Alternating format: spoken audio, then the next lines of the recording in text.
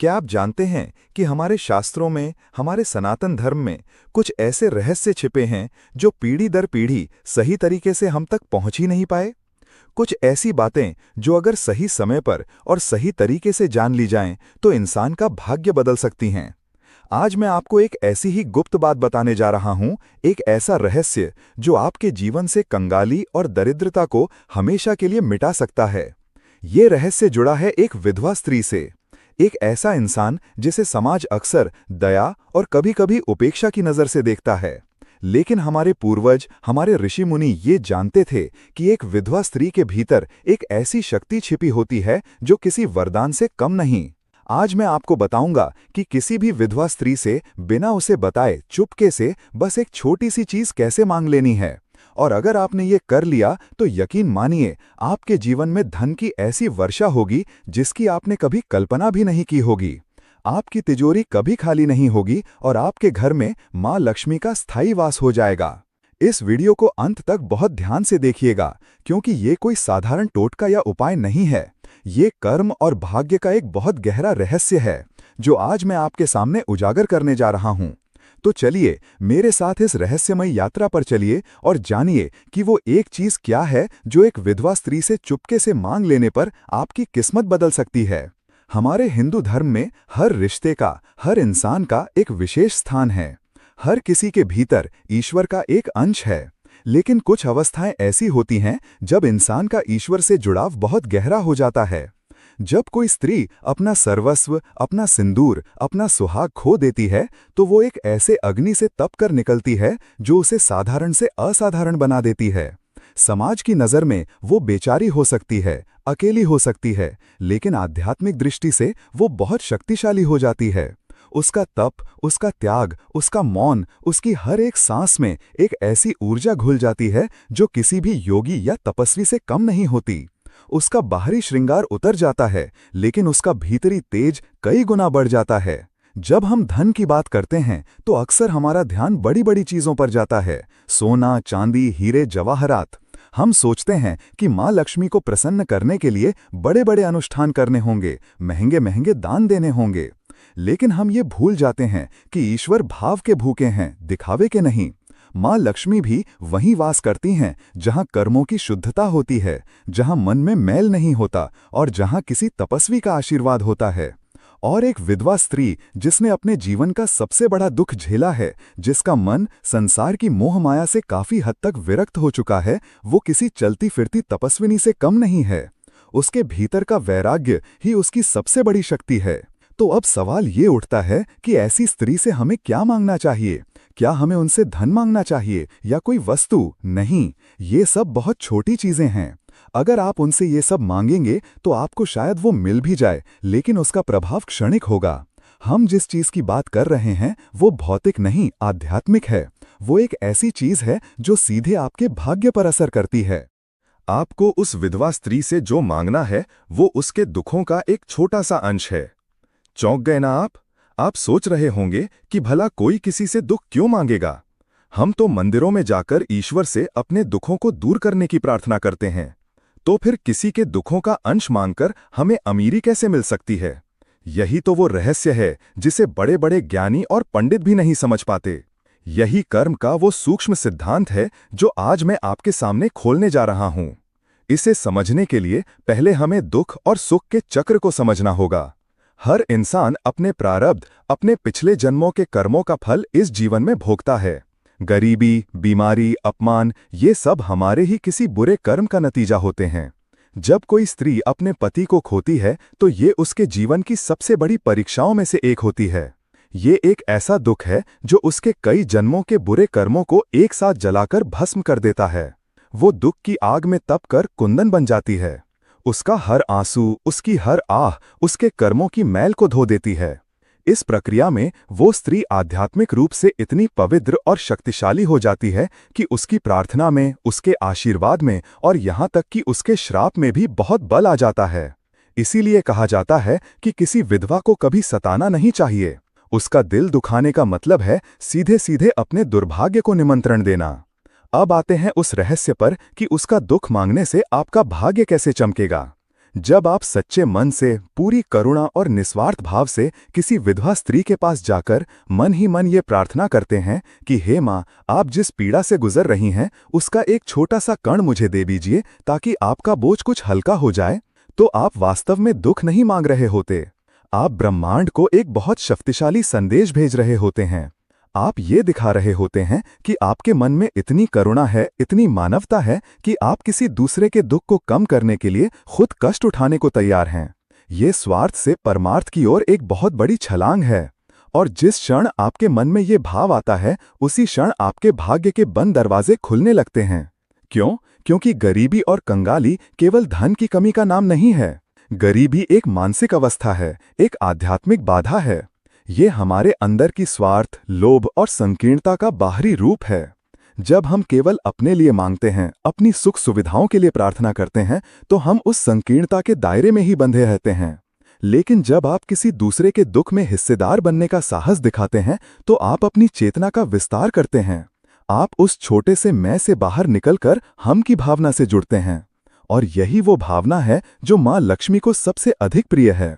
माँ लक्ष्मी केवल धन की देवी नहीं है, वो समृद्धि की देवी हैं। और समृद्धि का अर्थ है विस्तार, फैलाव। जब आपकी चेतना का विस्तार होता है तो आपके जीवन में समृद्धि का भी विस्तार होता है। अब समझिए कर्म का गणित। जब आप किसी के दुख का एक अंश मांगते हैं तो आप असल में उसके कर्मों के बोझ का एक अंश अपने ऊपर लेने की पेशकश कर रहे होते हैं। ये एक बहुत बड़ा पुण्य कार्य है जो बड़े बड़े यज्ञों और दानों से भी बढ़कर है, क्योंकि यज्ञ और दान में कहीं ना कहीं नाम की, यश की इच्छा छिपी हो सकती है। लेकिन किसी के दुख को चुपके से मांगने में कोई दिखावा नहीं है, कोई स्वार्थ नहीं है। ये आत्मा का परमात्मा से सीधा सौदा है। जब आप ये करते हैं तो उस स्त्री के जो कर्म दुख के रूप में कट रहे थे, उसमें से एक अंश आप ले लेते हैं। ब्रह्मांड का नियम है, ऊर्जा कभी नष्ट नहीं होती, केवल अपना रूप बदलती है। जब आप वो कर्मिक ऊर्जा अपने ऊपर लेते हैं तो वो आपके पास आकर दुख नहीं बनती। क्यों? क्योंकि आपने उसे स्वेच्छा से, करुणा के भाव से स्वीकार किया है। आपका वो महान भाव, वो करुणा, उस नकारात्मक ऊर्जा को सकारात्मक ऊर्जा में बदल देती है। वो कर्म का ऋण पुण्य के खाते में जमा हो जाता है। आपके इस एक अमल से, इस एक भाव से आपके कई जन्मों के पाप कट जाते हैं। आपके वो बुरे कर्म जो आपकी गरीबी का कारण बने हुए थे, जो आपके जीवन में रुकावटें पैदा कर रहे थे, वो इस पुण्य की अग्नि में भस्म हो जाते हैं। और जैसे ही ये रुकावटें हटती हैं, आपके जीवन में धन और समृद्धि का प्रवाह अपने आप शुरू हो जाता है। ये ठीक वैसा ही है जैसे किसी पाइप में कचरा फंसा हो और पानी रुक गया हो। आप कितनी भी कोशिश कर लें, जब तक वो कचरा नहीं निकलेगा, पानी नहीं आएगा। आपके बुरे कर्म ही वो कचरा हैं, और किसी दुखी व्यक्ति के दुख को साझा करने का ये निस्वार्थ भाव वो शक्ति है जो उस कचरे को साफ कर देती है। अब प्रश्न ये उठता है कि ये करना कैसे है? क्या हमें किसी विधवा स्त्री के पास जाकर सीधे सीधे ये बोलना है? नहीं, बिल्कुल नहीं। ऐसा करने से वो या तो आपको पागल समझेंगी या उनका दिल और दुखेगा। याद रखिए, ये एक गुप्त क्रिया है। इसे चुपके से करना है, बिना जताए, बिना बताए। इसका सही तरीका क्या है वो मैं आपको विस्तार से बताऊंगा, लेकिन उससे पहले ये समझना जरूरी है कि आपका भाव कैसा होना चाहिए। अगर आपके मन में ये विचार आया कि चलो ये उपाय करके देखता हूं, शायद अमीर बन जाऊं, तो ये काम नहीं करेगा, क्योंकि यहां भी आपका स्वार्थ छुपा हुआ है। आपका मन बिल्कुल निर्मल होना चाहिए। आपके हृदय में उस स्त्री के प्रति सच्ची करुणा और सम्मान का भाव होना चाहिए। आपको उन्हें एक साधारण स्त्री नहीं, बल्कि त्याग और तप की मूर्ति समझना होगा। आपको उनकी पीड़ा को सच में महसूस करना होगा। जब आपका हृदय इस करुणा से भर जाएगा, जब उनकी पीड़ा को देखकर आंखों में सच में आंसू आ जाएं, तब समझिएगा कि आप इस गुप्त क्रिया के लिए तैयार हैं। ये एक साधना है। जैसे कोई योगी ईश्वर को पाने के लिए साधना करता है, वैसे ही ये दरिद्रता को मिटाने की साधना है। और इस साधना की पहली सीढ़ी है अपने भीतर करुणा को जगाना। अब मैं आपको बताता हूं कि इसे करना कैसे है। सबसे पहले अपने आसपास किसी ऐसी विधवा स्त्री को ढूंढिए जो वास्तव में अभाव में जीवन जी रही हों या जो बहुत सात्विक और धार्मिक जीवन जीती हों। ये कोई आपकी रिश्तेदार हो सकती है, पड़ोसी हो सकती है, या कोई ऐसी स्त्री जिसे आप दूर से जानते हों। महत्वपूर्ण ये है कि उनके प्रति आपके मन में श्रद्धा का भाव हो। अब आपको उनकी गुप्त रूप से मदद करनी है। मदद ऐसी होनी चाहिए कि उन्हें ये पता ना चले कि ये मदद आपने की है। आप उनके घर पर चुपके से राशन रखवा सकते हैं, किसी और के हाथ से उन्हें कुछ पैसे भिजवा सकते हैं। अगर उनके बच्चे हैं तो उनकी पढ़ाई लिखाई का खर्चा गुप्त रूप से उठा सकते हैं। अगर ठंड का मौसम है तो उनके लिए कंबल या गर्म कपड़ों का इंतजाम कर सकते हैं। दान या मदद छोटी हो या बड़ी ये महत्वपूर्ण नहीं है, महत्वपूर्ण है उसे गुप्त रखना, क्योंकि जैसे ही आप अपनी की हुई मदद का बखान करते हैं उसका पुण्य नष्ट हो जाता है। गुप्त दान का फल अनंत गुना होता है। जिस समय आप ये मदद कर रहे हों, चाहे आप खुद उनके दरवाजे पर सामान रख रहे हों या किसी के द्वारा पैसे भिजवा रहे हों, उसी क्षण आपको आंखें बंद करके अपने मन ही मन पूरी श्रद्धा और करुणा के साथ ये प्रार्थना करनी है। हे जगत जननी के स्वरूप, हे माँ, मैं आपके त्याग और तप को प्रणाम करता हूँ। मैं आपकी पीड़ा को, आपके दुख को महसूस कर सकता हूँ। मैं जानता हूँ कि आपका ये दुख आपके कर्मों का फल है, लेकिन मैं आपके इस बोझ को कुछ हल्का करना चाहता हूँ। कृपा करके अपने दुखों में से, अपनी पीड़ा में से एक कण मात्र, एक छोटा सा अंश मुझे प्रदान करें। मैं उसे अपने सौभाग्य के रूप में स्वीकार करता हूँ। मैं स्वेच्छा से आपके दुख में भागीदार बनता हूँ ताकि आपका जीवन कुछ सरल हो सके। मुझ पर ये कृपा करें। बस इतनी सी प्रार्थना आपको मन ही मन करनी है। ये प्रार्थना ही वो मांगना है जिसके बारे में मैंने शुरू में बात की थी। आप उनसे धन नहीं मांग रहे, सुख नहीं मांग रहे, आप उनके दुख में हिस्सेदारी मांग रहे हैं। और यही वो मांग है जो आपको दुनिया का हर सुख दिलाएगी। जब आप ये प्रार्थना करते हैं तो आप प्रकृति के नियम को अपने पक्ष में कर लेते हैं। आप ईश्वर के सबसे प्रिय गुण करुणा को अपना लेते हैं। उस क्षण आप केवल एक इंसान नहीं रहते, आप ईश्वर का हाथ बन जाते हैं जो किसी दुखी व्यक्ति की मदद कर रहा है। इस क्रिया को करने के बाद आपको भूल जाना है। आपको बार बार ये नहीं सोचना कि मैंने वो उपाय किया था, अब तक फल क्यों नहीं मिला। बीज बोने के बाद उसे समय देना पड़ता है। आपने अपने कर्म का बीज बो दिया है, अब उसे अंकुरित होने का समय दीजिए। आप बस अपना काम करते रहिए, ईमानदारी से मेहनत करते रहिए। आप पाएंगे कि धीरे धीरे आपके जीवन में चमत्कार होने लगेंगे। जो काम बरसों से रुके हुए थे वो बनने लगेंगे। धन आने के नए नए रास्ते खुलने लगेंगे। अगर आप पर कोई कर्ज है तो वो उतरने लगेगा। घर में क्लेश रहता था तो शांति आने लगेगी। आपको खुद महसूस होगा कि कोई अदृश्य शक्ति आपकी मदद कर रही है। ये उस विधवा स्त्री का आशीर्वाद नहीं है जिसे शायद पता भी नहीं कि आपने क्या किया है। ये उस पुण्य का फल है जो आपने किसी के दुख को साझा करने की इच्छा करके कमाया है। ये उस परमपिता परमेश्वर का आशीर्वाद है जो आपके निस्वार्थ भाव से प्रसन्न हुए हैं। याद रखिए, ये कोई जादू की छड़ी नहीं है कि आज किया और कल आप करोड़पति बन गए। ये कर्म के सिद्धांत पर काम करता है। आपके कर्म जितने शुद्ध होंगे, आपका भाव जितना निर्मल होगा, फल उतनी ही जल्दी और उतना ही बड़ा मिलेगा। इस क्रिया को जीवन में कम से कम एक बार पूरी श्रद्धा से जरूर करना चाहिए, और अगर आप सक्षम हैं तो इसे अपनी आदत बना लीजिए। जब भी आपको अवसर मिले, किसी जरूरतमंद विधवा की गुप्त रूप से मदद करें और मन ही मन ये प्रार्थना दोहराएं। आप जितना ज्यादा दूसरों के दुखों का बोझ हल्का करने की कोशिश करेंगे, आपका अपना जीवन उतना ही सुख और समृद्धि से भरता चला जाएगा। ये सनातन धर्म का बहुत गहरा और गूढ़ ज्ञान है। हमारे ऋषि मुनियों ने हमें दान का महत्व समझाया, लेकिन उन्होंने ये भी बताया कि सबसे बड़ा दान वो है जो गुप्त रूप से, बिना किसी अपेक्षा के, किसी दुखी व्यक्ति के दुख को कम करने के भाव से किया जाए। जब आप किसी विधवा स्त्री से उसके दुख का एक कण मांगते हैं तो आप उसे यह एहसास कराते हैं कि वो अकेली नहीं है। आपकी ये मौन प्रार्थना, ये गुप्त मदद उस तक एक सकारात्मक ऊर्जा के रूप में पहुंचती है। भले ही उसे ये न पता हो कि ये कौन कर रहा है, लेकिन उसे ये महसूस होता है कि ईश्वर उसके साथ है। और जब किसी तपस्वी हृदय से आपके लिए ऐसी दुआ निकलती है तो उसे फलीभूत होने से कोई नहीं रोक सकता। तो अगली बार जब आप किसी विधवा स्त्री को देखें तो उन्हें दया की नजर से मत देखिएगा, उन्हें सम्मान की नजर से देखिएगा। उन्हें एक तपस्विनी के रूप में देखिएगा जिसके पास आध्यात्मिक शक्तियों का भंडार है। और यदि आपके मन में सच्ची करुणा जागे तो चुपके से उनकी मदद करके उनके दुख का एक कण जरूर मांग लीजिएगा। ये एक कण आपके जीवन से कंगाली के पहाड़ को हमेशा के लिए हटा देगा और आपके जीवन को सुख, शांति और समृद्धि से भर देगा। ये ज्ञान साधारण नहीं है, इसे अपने जीवन में उतारने का प्रयास करें। कर्म पर विश्वास रखें, भाव की शुद्धता पर विश्वास रखें फिर देखिए आपका जीवन कैसे बदलता है।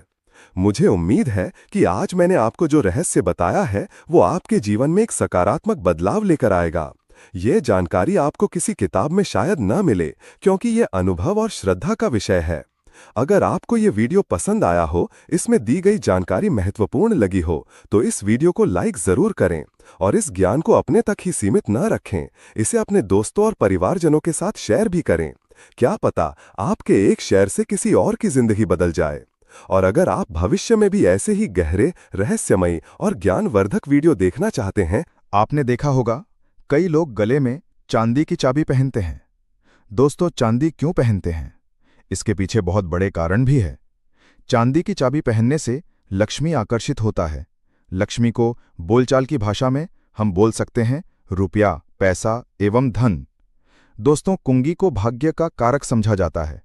कुंगी अर्थात चाबी को भाग्य का कारक समझा जाता है। ताले को राहु, केतु, शनि भाग्य का प्रतीक समझा। तो दोस्तों, चाबी को उचित स्थान पर रखने से घर में नहीं होता धन्य की कमी, बंद जाती है माता लक्ष्मी। क्यों रखना चाहिए तकिए के नीचे चाबी? संपूर्ण जानकारी इस वीडियो में बताऊंगा। ताले चाबी का ये उपाय आपकी किस्मत सवार करके रख देंगे। दोस्तों, आपकी दिन दुगुनी रात चौगुनी तरक्की होगा, तो वीडियो को ध्यान से देखिए। स्वागत है आप सभी लोगों का एक बार फिर से। आज का जो वीडियो का विषय है बहुत ही सुंदर है। आज के इस वीडियो में मैं आप लोगों को चाबी के जबरदस्त पावरफुल चमत्कारिक उपाय बताऊंगा। ये वीडियो अपने फायदे पूरा जरूर देखना। अगर आज के वीडियो मिस कर दिए तो फिर सारी जिंदगी आपको पछताना पड़ेगा। फिर आप में से अधिकतर लोग हमें फिर बार बार कमेंट करते हैं, मेल करते हैं, गुरुजी हम निर्धन हैं, हमारे घर में वास्तु दोष लगे हैं, हम भयंकर परेशान हैं, हमारे घर में पैसे आते हैं परंतु टिकते नहीं हैं। तो ये अब जो कारण बता दीजिए। इसलिए मैं बोल रहा हूं कि इस वीडियो को फायदे के लिए शुरू से लेकर के आखिरी तक जरूर देखना।